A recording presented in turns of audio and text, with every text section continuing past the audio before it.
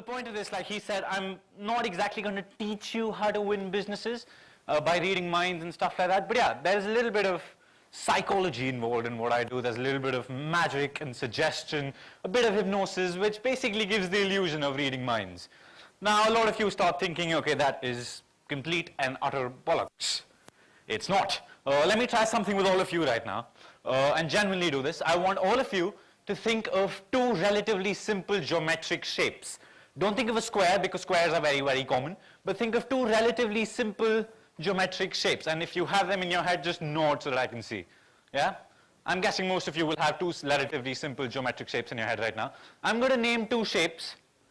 If you're thinking of either one of them, I want you to applaud so that people around you can know that one of the shapes is the one that you're thinking of. So applaud if you're thinking of a triangle or a circle. Yeah? So that's a healthy majority of you. Now you might be thinking, okay, triangle and circle are relatively the things that people sort of tend to think of. That's not true. I said think of two relatively simple geometric shapes, and this was the exact hand gesture that I did. I did it very quickly so that you can see. This is what I did. Let's slow it down.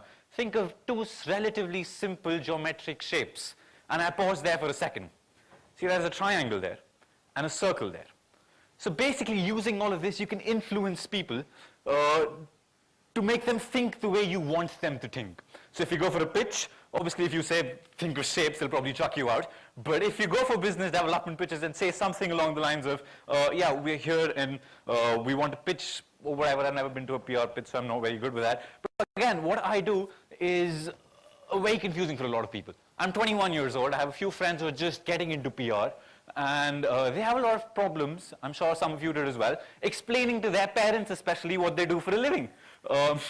So what happens is, the first thing that happens is, for example, to get their first coverage, they run home excitedly with the newspaper in hand. Mom, I got my first coverage.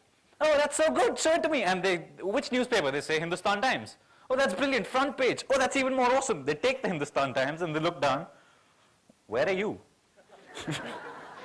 Say, no, I helped to get this story done. Where's your name? I helped the journalist to write the story. About who? About the client. Then what did the client do? He asked me to get the story done from the journalist. Kya bakwas profession hai. So that's the basic idea of people. I mean, they don't know what PR is. Similarly, what I do, people don't know what I do. I call myself a psychological illusionist. Initially, the moment I go up to people